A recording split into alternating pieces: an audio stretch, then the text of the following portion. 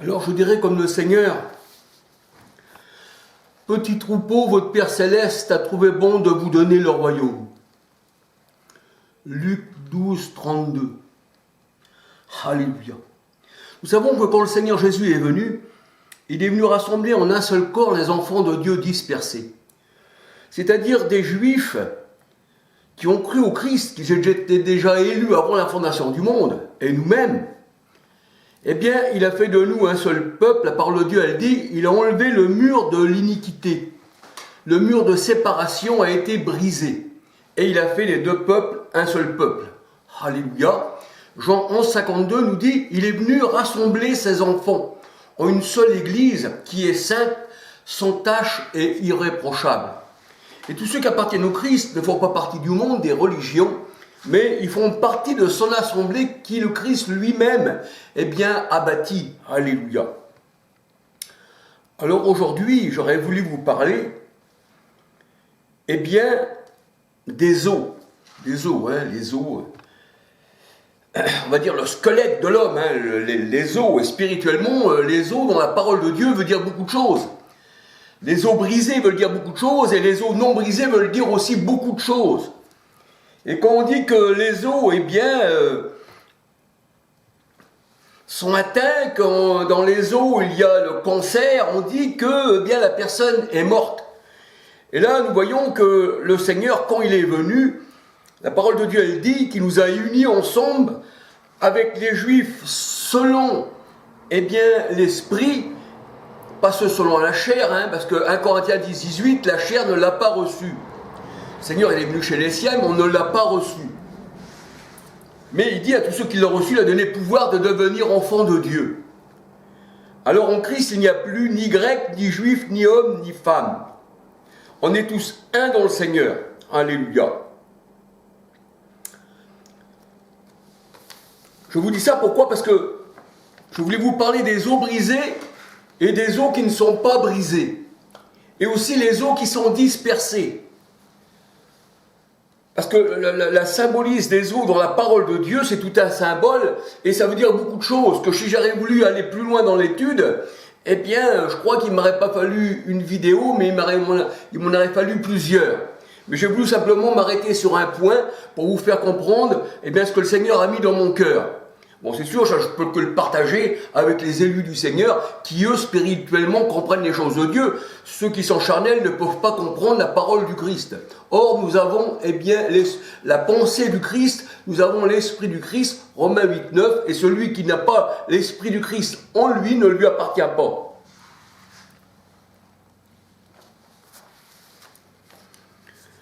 Alors, il est dit dans le psaume 34, verset 20, à 23,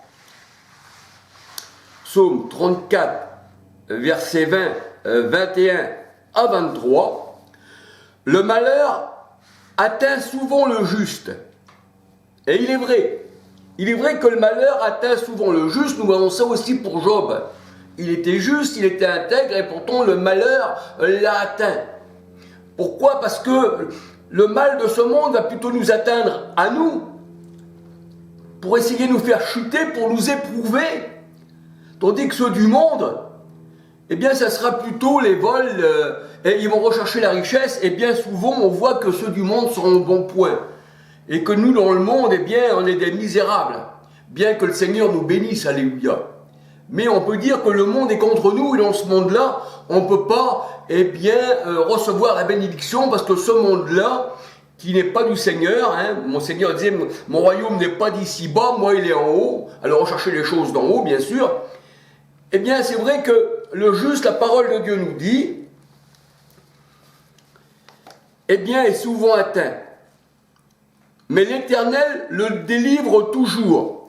Et la Bible, elle dit, regardez bien, pour parler des os, il garde tous ses os. Parce que dans la parole de Dieu, les os, c'est quoi? Ça représente aussi la descendance. Ça représente la descendance. Alors il peut y avoir une descendance humaine où les os vont être détruits, où les os vont être broyés, où les os vont déchécher. Mais comme les os représentent la descendance, et que nous sommes la descendance du Christ, eh bien le Seigneur il dit, il garde tous ses os et aucun d'eux n'est brisé. Exode 12, verset 46. En fait, les os représentent l'homme charnel. Mais ça peut représenter aussi les os, l'homme spirituel. Quoi qu'un esprit n'a pas ni chair ni os, Luc 24, 39, mais le Seigneur, il se sert des choses concrètes du monde pour nous faire comprendre les choses spirituelles. Alors là, on voit que l'homme charnel, qui est né de la chair et puis des os, les os, eh bien, on peut dire que la femme d'Adam, Ève, qui représente l'humanité, a été tirée de l'homme et du sang. Et le Seigneur est dit dans Jean 24, Genèse 2, 23. Et la parole de Dieu nous dit que, vu que Ève a été tirée de l'homme du sang, et c'est les os de ses os et chair de sa chair, le Seigneur dit dans Jean 1, 12, 13, que le royaume de Dieu, eh bien, ne sont pas ceux qui sont nés de la chair et du sang, c'est-à-dire aussi os de mes os, mais du monde charnel. Là, le Seigneur il dit, ça, ils ne font pas partie de moi, qui dit le Seigneur. Ceux-là, ils font partie de la chair, et la chair, le sang, c'est l'âme. 1 Corinthiens 15, 50. Et l'âme, Adam était une âme vivante. Et le Seigneur il dit, il n'hérite pas, eh bien, du royaume des cieux, parce que pourquoi la chair et le sang n'héritent pas du royaume des cieux? 1 Corinthiens 15, 50. Genèse 29, verset 14, 2 Samuel 5, 1 et Juge 9, verset 2. On voit que la descendance, os de mes os, chair de ma chair, ça veut dire la descendance. Soit une descendance humaine, terrestre, charnelle, ou soit une descendance spirituelle. Bon, le Seigneur a dit que les os de ces justes, de ces élus, eh bien, aucun de leurs os n'est brisé. On peut voir que le Seigneur Jésus-Christ, sur la croix, aucun de ses os n'a été brisé. Pourquoi? Parce qu'on va voir plus loin que nous faisons partie du corps du monde, du corps du Christ, nous sommes son corps. Et que nous aussi, nos os sont préservés. Ça veut dire notre descendance, la descendance spirituelle de Dieu. Exode 12, verset 46. Alors, quand les os s'attachent à la chair, cela est symbole de souffrance. Pourquoi? Parce que quand les os qui représentent la descendance de quelqu'un, mais qui s'attachent à la chair, ça représente aussi la souffrance. Et des fois, ça vient aussi de l'Éternel, qui nous met, eh bien, dans une condition charnelle où on va souffrir. Voyez-vous, un peu comme Job. C'est un homme de Dieu, mais il a souffert dans sa chair. Alléluia. Il disait même, la chair s'attache à mes os, parce que là, je souffre. Alléluia. Psaume 102, versets 5, 6, 7, 22, et lire la suite. Job 19, versets 18, 19, 20. Les os brisés, la chair qui dépérit, ainsi que la peau, ceci représente les ténèbres, représente la souffrance. Et c'est pour ça qu'il écrit dans le livre des Lamentations de Jérémie, c'est bien le livre des Lamentations de souffrance, Lamentation 3, 1 à 66, Jérémie qui subit, eh bien, les railleries du peuple rebelle pour l'amour de l'Éternel. Alléluia. Alors, os brisé et os non brisé a plusieurs significations dans les Saintes Écritures. Alléluia. Par exemple, dans Ézéchiel, il nous est parlé des ossements desséchés. Et les ossements desséchés, ça représente un peuple qui va revivre. Et ça nous représente à nous, alléluia, bien qu'il ait parlé d'Israël. Parce que dans Galates 6,16, il y a l'Israël de Dieu composé de païens et de juifs convertis à Christ. C'est pour ça que le Seigneur a dit des deux peuples, j'ai fait qu'un seul peuple, un seul troupeau, un seul berger. Et là, eh bien, avant les os étaient desséchés. C'est-à-dire que cette génération de personnes, d'élus qui devaient venir au Seigneur, étaient comme des os desséchés, ils étaient morts. Alors ces ossements représentent la maison d'Israël, que le Seigneur fera revivre en mettant son esprit, eh bien, sur ses ossements, et il va donner des nerfs et de la chair, mais ça c'est spirituel, c'est pour représenter que l'homme va redevenir quelqu'un de vivant, alléluia. Faut pas regarder ceci en un sens charnel, mais spirituel. Ça représente l'homme qui va revivre, eh bien, par l'huile que l'Éternel met en eux, c'est-à-dire par l'Esprit Saint. Et c'est là que le peuple de Dieu sort des sépulcres. Pourquoi? Parce que c'était des ossements, il était mort, il était aussi parmi les morts. Et là, le Seigneur il dit, eh bien, je vous ferai sortir des sépulcres, mon peuple, je vous donnerai une nouvelle naissance, et vous allez revivre. Ézéchiel 37, versets 11 à 14, Job 10, versets 11, 12. Alléluia. C'est pour ça que Job dit aussi, quand j'étais dans le ventre de ma mère, tu m'as tissé des nerfs, tu m'as mis de la chair, et ci et ça, alléluia. Donc ça veut dire que c'est la naissance de Dieu. C'est ce que Dieu met, mais c'est spirituel. Parce que nous sommes nés de l'Esprit. Jean 3, versets 3 à 8. Ézéchiel 36, versets 25, 26, 27. Je vous donnerai un cœur nouveau.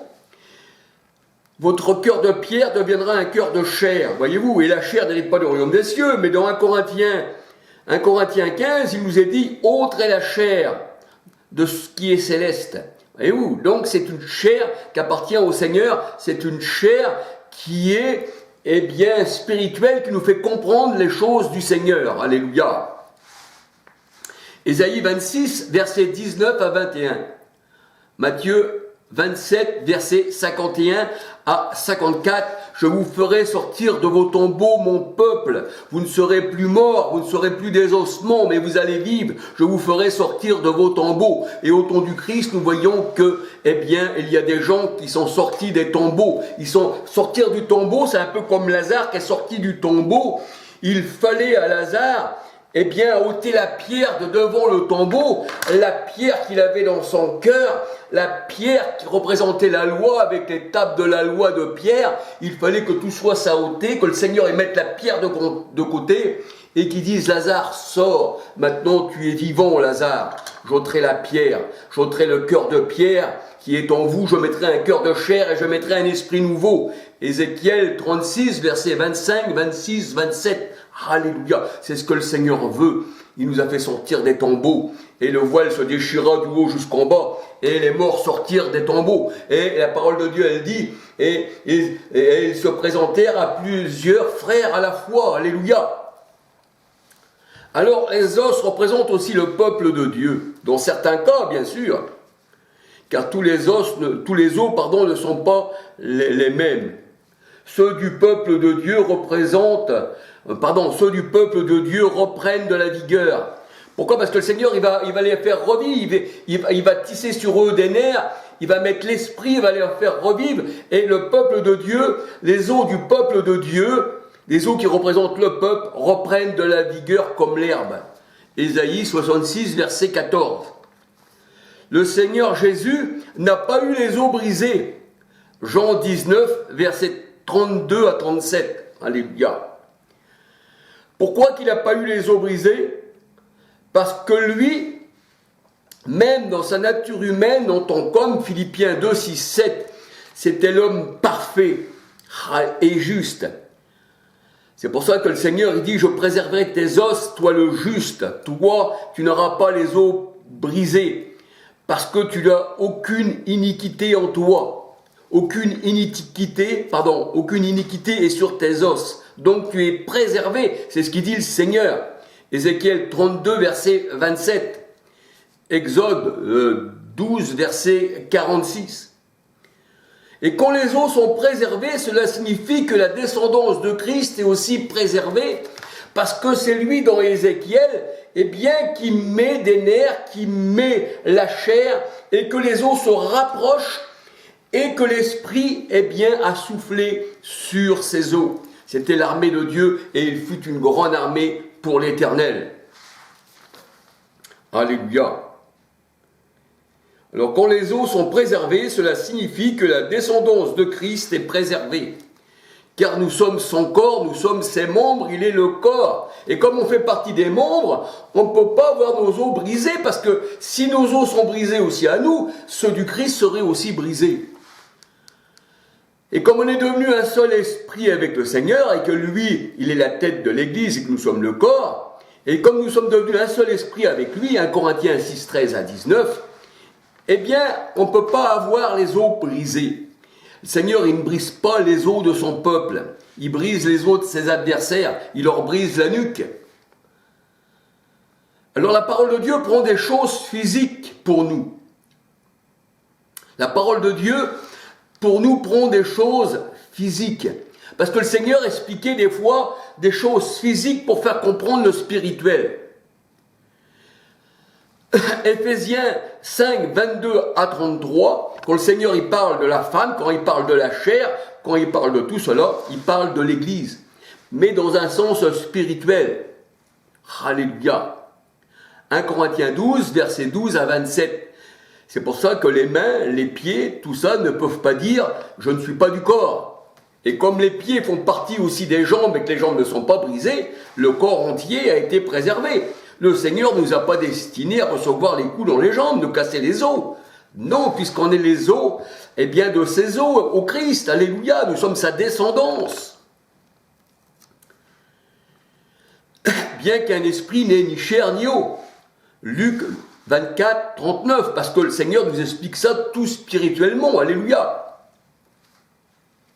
Et nous avons vu que les os desséchés représentent, dans Ézéchiel 37, versets 11 à 14, les enfants de Dieu qui sont en attente de la résurrection. Quand quelqu'un écoute la parole de Dieu, il est passé de la mort à la vie. Il reçoit l'Esprit Saint. Le Seigneur a soufflé sur ton tombeau et tu es revenu à la vie. Tu es sorti de la tombe. Réveille-toi d'entre les morts. Relève-toi d'entre les morts et Christ va t'éclairer. Et laisse les gens enterrer leurs morts, dit le Seigneur. Alors nous sommes les enfants de Dieu qui doivent revivre dans Ézéchiel 37, versets 11 à 14. Et là on voit que dans Ézéchiel 37, 11 à 14, que les os se rapprochaient les uns des autres. C'est là que le Seigneur il fait que, eh bien, nos os, on était morts, on avait les os dispersés qui représentent la dispersion, eh bien aussi de ceux qui n'appartiennent pas au Seigneur, des os dispersés. Mais là nous voyons que le Seigneur a réuni. Là c'est l'unité, Jean 11,52 qui dit il a rassemblé son corps, ses membres, en un seul corps, Jean 11,52. Mais pour les rebelles, ceux qui luttent contre Dieu, leurs os, leurs descendance et eux-mêmes sont rejetés, c'est ce que nous dit la parole de Dieu. C'est ce que nous dit la parole de Dieu, Ésaïe 53, versets 1 à 6. Rejetés et dispersés, la parole de Dieu nous dit. Ézéchiel 37, verset 7, Psaume 141, verset 7.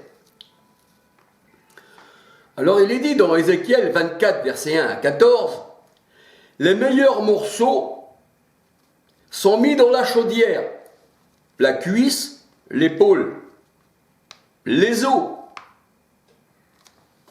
qui sont choisis. Mais ça, ce sont des os qui sont choisis parmi les hommes. Et ceux qui sont choisis parmi les hommes, on peut dire tous ces gourous, tous ces faux prophètes, tout ça, tous ceux qui se disent avoir reçu, eh bien l'épaule, parce qu'avant de donner l'épaule au sacrificateur, alléluia, eh bien le Seigneur a dit, ces gens-là, je les mettrai dans la chaudière, je les ferai cuire, je ferai cuire leurs os dans la chaudière, et quand tu es mis dans la chaudière de l'Éternel, ça représente une malédiction sur toi. Alléluia. Ézéchiel 24, versets 1 à 14.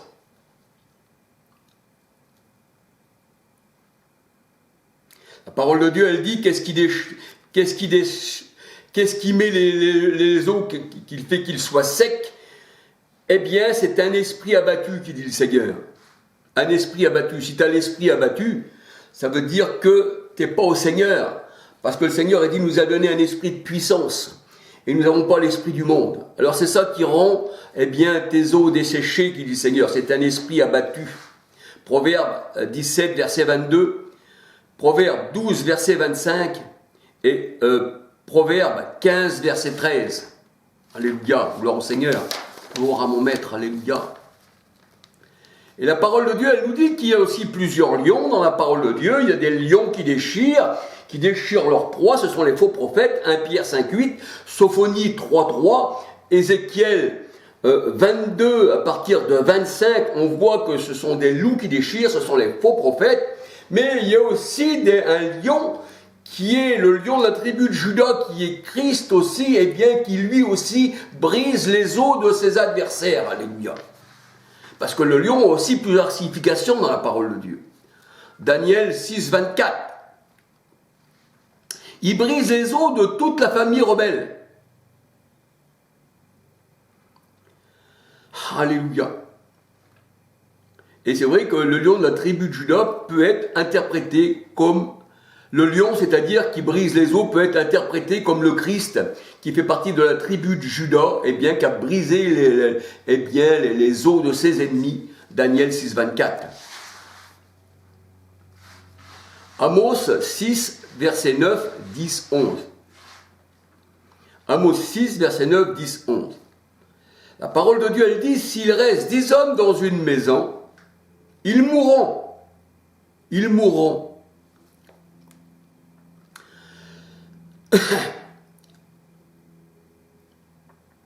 Lorsqu'un parent prendra un mort pour le brûler,